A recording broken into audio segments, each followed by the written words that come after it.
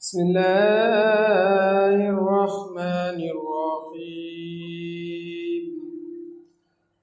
تبارك الذي بيده الملك وهو على كل شيء قدير، الذي خلق الموت والحياة ليبلوكم أيكم أحسن عملا وهو العزيز الغفور، الذي خلق 7 سماوات طباقا ما ترى في خلق الرحمن من تفاوت فارجع البصر هل ترى من فتور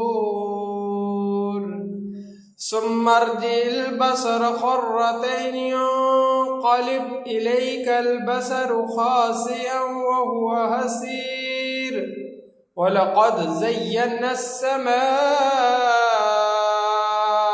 الدنيا بمصابيح وجعلناها رجوما للشياطين وأعتدنا لهم عذاب السعير.